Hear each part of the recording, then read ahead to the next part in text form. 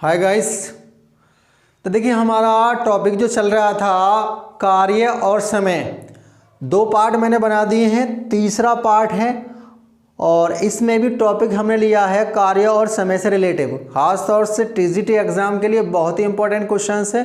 Minimum ये मान के चलिए आप एक या दो प्रश्न इससे रिलेटिव आएंगे। तो देखिए टाइप जो है हमारा जो चल रहा है पार्ट 3 उसको देखते हैं। तो देखिए इस कड़ी में लेते हैं नेक्स्ट क्वेश्चंस जो हमारे टाइप्स हैं। मान लीजिए यहाँ पार्ट 3 में हमारा टाइप है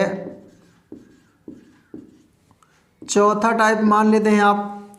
इसमें बोल रहा है यदि a प्लस बी मिलकर किसी कार्य को 10 दिन में पूरा करते हैं, उसी प्रकार b व c मिलकर इस कार्य को 15 दिन में पूरा करते हैं और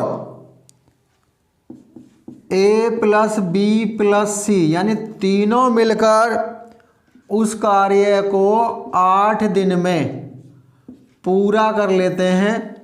तो हमसे प्रश्न पूछा है कि c और a मिलकर उस कार्य को कितने दिन में पूरा कर लेंगे। तो देखिए यहाँ लिख लेंगे। सबसे पहले जब सॉल्यूशन हम करेंगे इसका हल, देखिए बहुत ही सिंपल वे में समझाऊंगा और अच्छे प्रकार से समझाऊंगा। तो देखिए यहाँ पहला था कि a प्लस बी जो मिलके कर रहे हैं कार्य वो 10 दिन में है।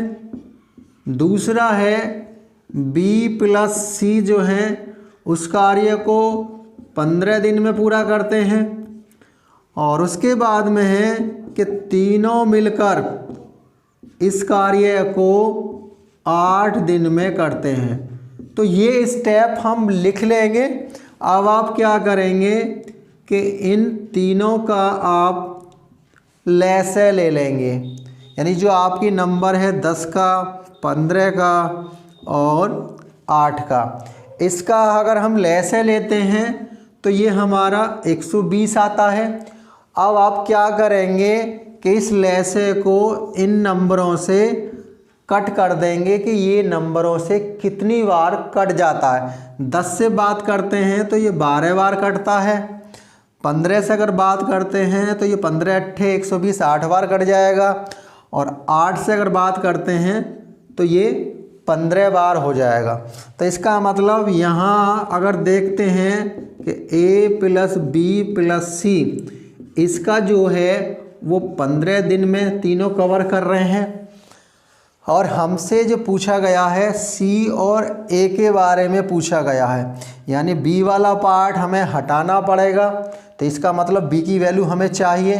तो देखिए यहाँ जो मान दिए हैं a प्लस बी का, तो a प्लस बी देखिए यहाँ इसका जो वैल्यू दी गई है हमें कितनी दी गई है, 12 दी गई है। तो यहाँ 12 रखेंगे प्लस c बराबर 15।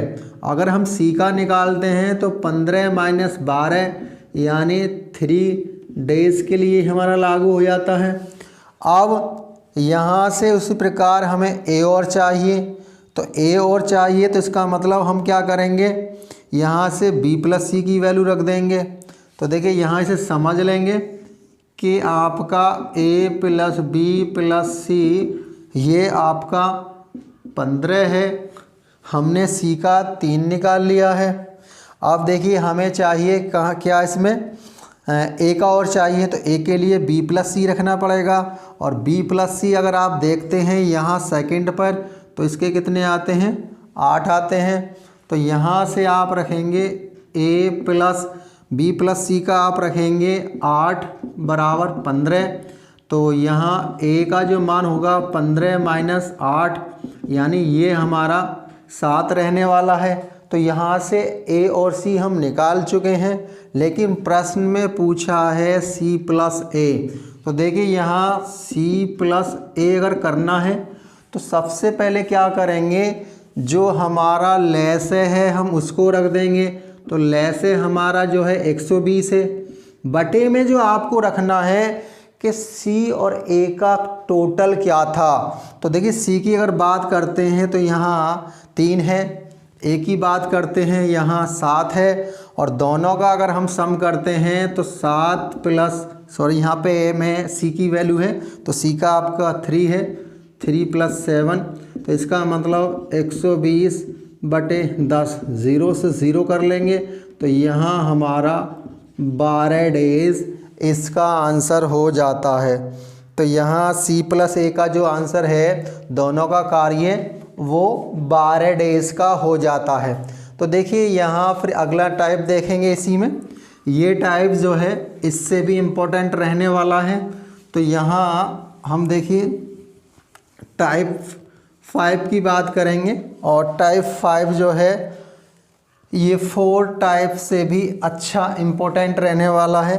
क्वेश्चन देख लेते हैं।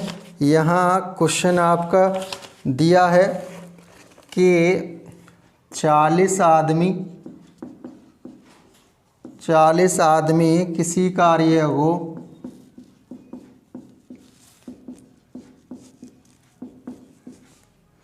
50 दिन में पूरा करते हैं, 50 दिन में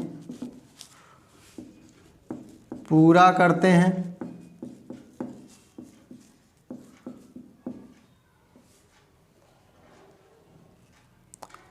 20 आदमी उसी कार्य को